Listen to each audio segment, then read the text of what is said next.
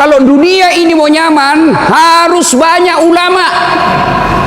Bapak-bapak silahkan ajari anak ilmu kedokteran, kasih masuk fakultas teknik, kasih masuk tentara, kasih masuk polisi, kasih masuk STPDN, sekolah-sekolah pejabat. Tapi sayang kalau anak tidak tahu paham agama. Anak jadi anggota DPR bagus, anak jadi dokter spesialis hebat, anak jadi kontraktor bagus, tapi kalau tidak ada agamanya, dena harapan. Coba kalau mati ki ibu, siapa doakan ki?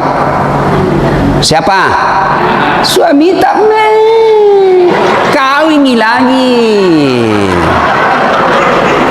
Manawamu dulu waktu tak pengantin baru, Nabi bilang, kemanapun kau pergi aku akan mengikutimu. Nabi bilang, apa laut kan ku seberangi, api kan ku terjang, minum kopi saja na tiup.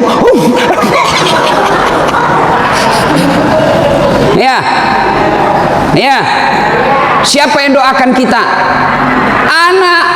Maka kalau anak tak bagus agamanya, meskipun ibu sudah dikubur, masih ada yang doakan. Anakku hebat saya Ustaz, pintar bahasa Inggris. Lari apa yang bahasa Inggris pun tenaga mana? Woi Pak, anak tak hebat bahasa Inggris tapi tidak bagus agamanya, tidak tahu berdoa, untuk apa? Lihat anak-anak yang tinggi sekolahnya, tapi agamanya rendah, dinasehati orang tuanya. Bayangkan dijualkan ruko, warisan dari neneknya, nak jual rukonya bapaknya, pergi ke sekolah ke Australia nak. Sekolah kau jauh-jauh supaya hebat kau pulang, tapi tidak bagus akhlaknya, tidak bagus agamanya, pulang dinasehati sama neneknya. Nah, jangan kau begitu, tidak bagus itu anak gadis keluar malam-malam sama cowok yang bukan suaminya. Apa Nabi bilang cucunya? Nah, anak tak yang dikasih sekolah ke luar negeri dijualkan ruko. Apa Nabi bilang? Apa tong kita tahu nek? Bayangkan, datang bapaknya, jangan kau kasih begitu nenekmu. Kita iya Pak, apa kita tahu? Kampungan ini bapakku. Apa ini? Gapan, jarako.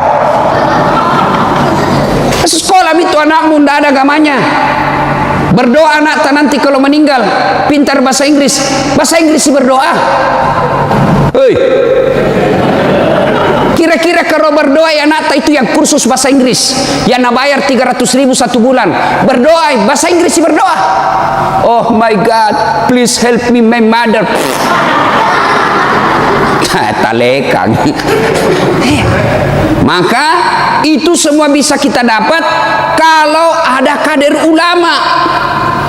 Maka masjid sebaiknya satu masjid ada kader ulama di masjid itu.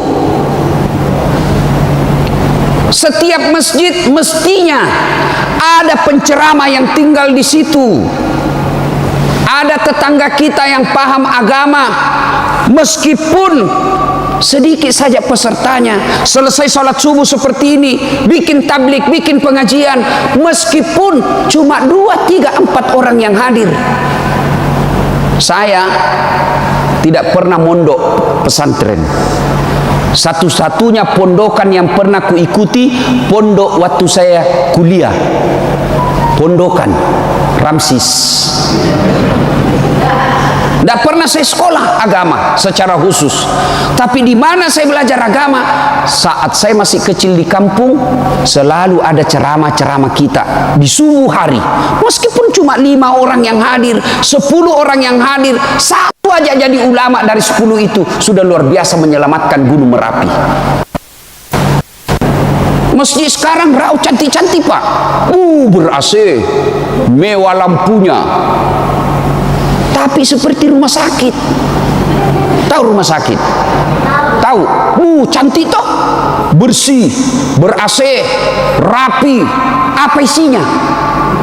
Orang sakit. Jangan seperti itu masjid kita.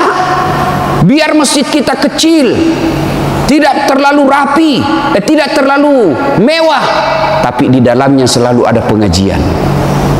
Maka Pak Ismo, pikirkan dengan teman-teman panitia masjid bagaimana supaya ada pengajian di masjid ini minimal 2 kali sepekan.